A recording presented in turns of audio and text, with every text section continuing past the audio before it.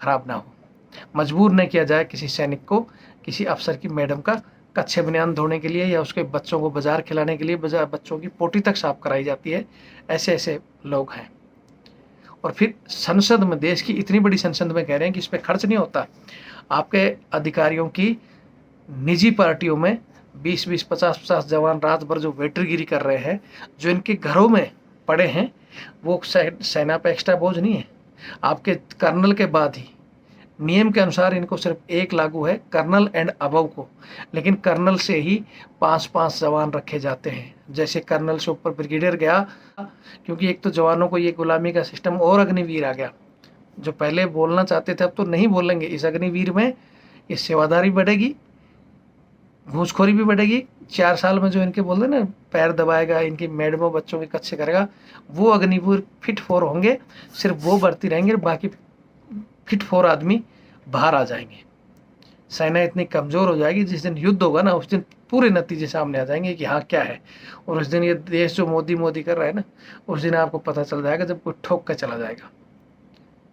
इसलिए जो वास्तव में पूर्व सैनिक हैं, जिन्होंने तिरंगे के नीचे इस देश की रक्षा की कसम खाई है, वो कभी किसी राजनीतिक पार्टी का गुलाम होकर कभी नहीं बोलेगा कि सरकार सही कर रही है।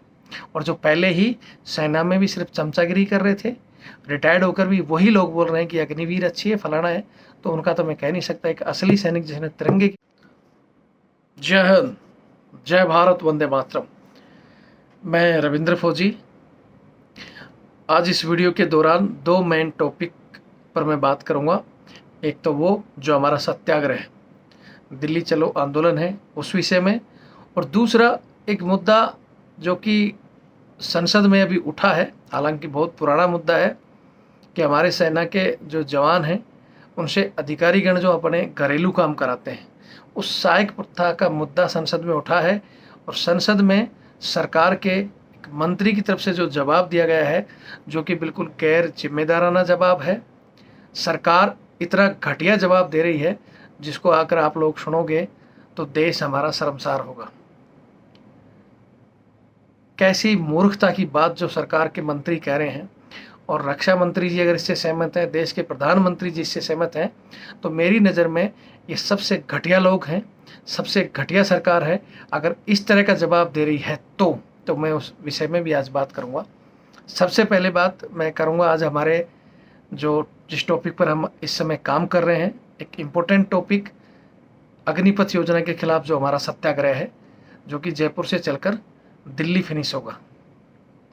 10 अगस्त की हमारी परमिशन जयपुर कलेक्ट्रेट, जो हमारे न्यायाधीश कलेक्टर महोदय हैं, उनके ऑफिस के सामने ही जो कलेक्टर सर्किल है, उस सर्किल के अंदर जो गार्डन बना हुआ है, उसमें मैं चाहता हूँ आप सारे के सारे लोग वहाँ इकट्ठे होंगे।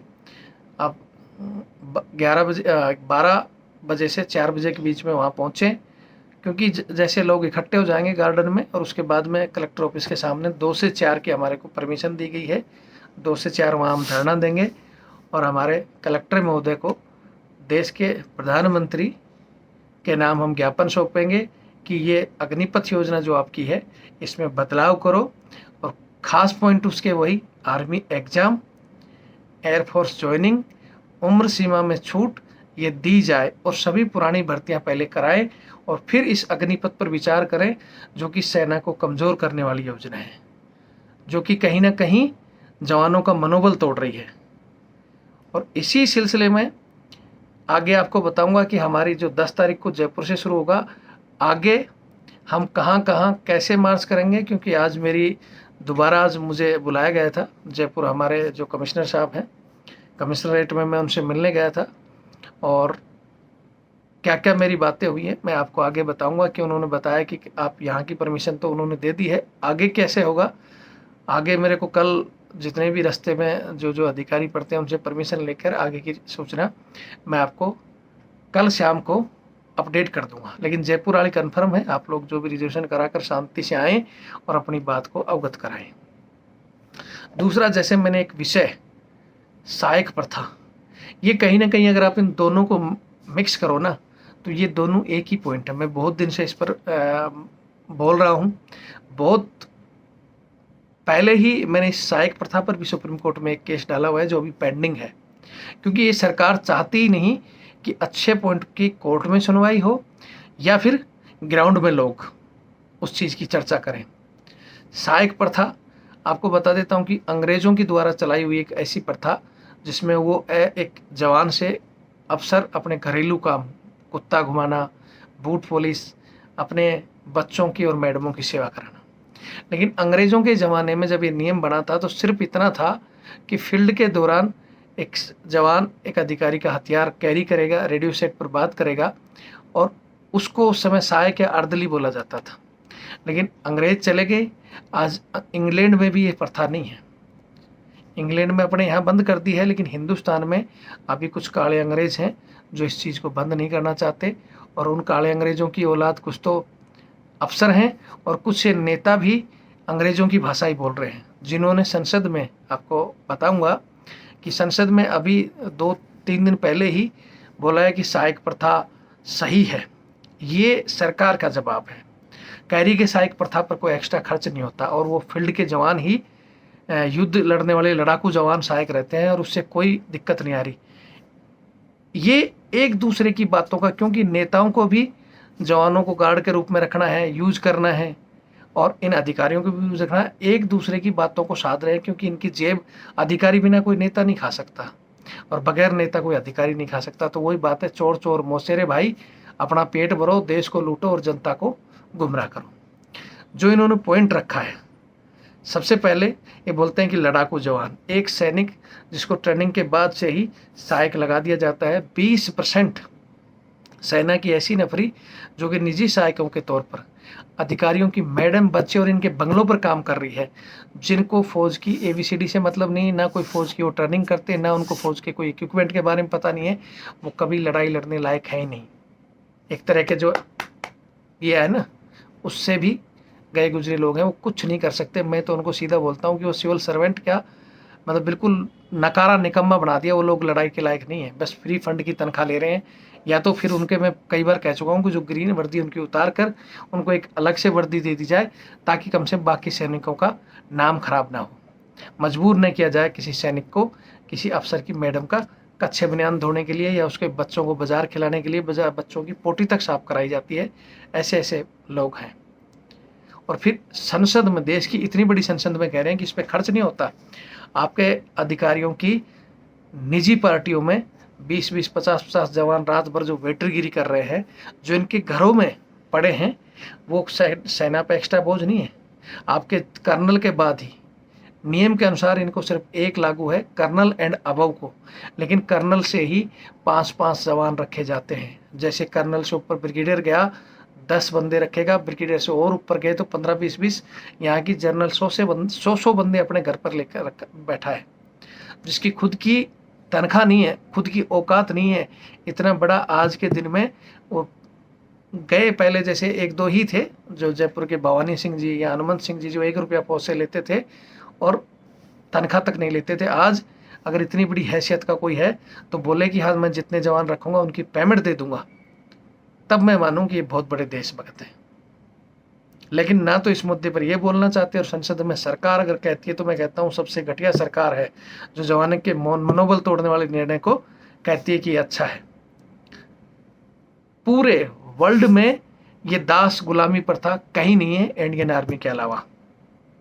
या तो इंडियन आर्मी में है या हमारे पड़ोसी पाकिस्तान में है, लेकिन वहाँ हमारे जितने नहीं है जितना हमारे यहाँ। तो बिल्कुल सिविल सर्वेंट बना रखा है, नहीं होते तो उनको चार्जशीट दी जाती है, मैडम धमकी देती है घर भिजवा दूंगी, ये काम कर ले, और मजबूरी में बंदे कर रहे हैं। हालांकि अब बहुत कुछ धीरे धीरे बदल रहा है। कुछ लोगों ने आज मेरे को फ़ोन किया कि सर आप इस विषय में क्यों नहीं बोल रहे हो, सरकार ने तो इसको खारिज कर दिया। सरकार तो यूं ही खारिज करती है, ये मामला कोर्ट में है और कोर्ट में हम इंतज़ार कर रहे हैं किसी अच्छे जज का, जो कि अच्छे जज सरकार के खिलाफ फैसले लेने वाले दमदार हों, तो उस दिन हम उसको किसी न किसी के द्वारा ऊपर लगाएंगे और ये फैसला ज़रूर आएगा। नहीं आएगा तो फिर उसके लिए भी एक बड़ा आंदोलन देश में होगा, क्योंकि एक तो जवानों को ये गुलामी का सिस्टम और अग्निवीर आ गया। जो पहले बोलना चाहते थे अब तो नहीं बोलेंगे। इस अग्निवीर में ये सेवादारी बढ़ेगी, घूसखोरी भी बढ़ेगी, 4 साल में जो इनके बोलते ना पैर दबाएगा, इनकी मैडमों बच्चों के कच्चे करेगा, वो अग्निवीर फिट 4 होंगे, सिर्फ वो भर्ती रहेंगे, बाकी फिट 4 आदमी बाहर आ जाएंगे। सेना इतनी कमज़ोर हो जाएगी, जिस दिन युद्ध होगा ना उस दिन पूरे नतीजे सामने आ जाएंगे कि हाँ क्या है। और उस दिन ये देश जो मोदी मोदी कर रहा है ना, उस दिन आपको पता चल जाएगा जब कोई ठोक कर चला जाएगा। इसलिए जो वास्तव में पुरुष सैनिक हैं, जिन्होंने तिरंगे के नीचे इस देश की रक्षा की कसम खाई है, वो कभी किसी राजनीतिक पार्टी का गुलाम होकर कभी नहीं बोलेगा कि सरकार सही कर रही है। और जो पहले ही सेना में भी सिर्फ चमचागिरी कर रहे थे, रिटायर्ड होकर भी वही लोग बोल रहे हैं कि अग्निवीर अच्छी है, फलाना है, तो उनका तो मैं कह नहीं सकता। एक असली सैनिक जिसने तिरंगे की कसम खाई है, वो आज तिरंगे की कसम खाकर कहे कि ये गलत निर्णय है या नहीं है। बहुत से अच्छे अधिकारी हैं जो इन दोनों सिस्टमों के खिलाफ हैं और वो हमारा साथ भी दे रहे हैं, लेकिन कुछ एक अधिकारी भी हैं, हो सकता है हमारे जवान भी उसमें वॉलंटियर हैं, तो उन चमचों ने इस देश को बर्बाद कर दिया, खोखला कर दिया, मजबूर कर देंगे इस देश को, एक दिन गुलामी की ओर धकेल देंगे। इसलिए जो अच्छे लोग हैं उनसे कहना चाहता हूँ बोलें। और जो लोग कह रहे हैं कि भाई ये खारिज कर दिया, ऐसा नहीं है, ये सिर्फ सरकार ने संसद में जवाब दिया है, सुप्रीम कोर्ट में ये भी मामला पेंडिंग है और समय आने पर इन दोनों मामलों के लिए बहस होगी और हम जरूर जीतेंगे एक दिन। उनके लिए ज़रूरत है सैनिकों को, जो जिनको ज़मीर जिंदा है वो आगे आए। धीरे धीरे अभी आप देख रहे हो CISF में भी बोल रहे हैं कि CISF की जगह और प्राइवेट लोग भर्ती कर लो, नंबर सबका आएगा। जो आज चुप है ना, पैरामिलिट्री फोर्स, पुलिस फोर्स, धीरे धीरे सब प्राइवेट हो जाओगे, भूल जाओगे वर्दी, क्योंकि फिर ये खाकी वाले मन जैसा राज करेंगे या फिर अधिकारी करेंगे, बाकी आप लोगों की कहीं वैल्यू नहीं होगी। मैं फिर कहता हूँ कि अगर ये इतनी अच्छी योजना है तो सबको IPS IAS बनने का भी मौका दिया जाए, सबको नेता बनने का भी मौका दिया जाए। जितनी भी सर्विस हैं ऑल इंडिया में सब 4 साल की कर दो, हम भी मुँह नहीं खोलेंगे, हमें भी जरूरत नहीं है। वीडियो देखें और शेयर करें। जय हिंद, जय भारत, वंदे मातरम। जब तक है जान इस देश के लिए लड़ेंगे और संघर्ष करते रहेंगे। Thank you.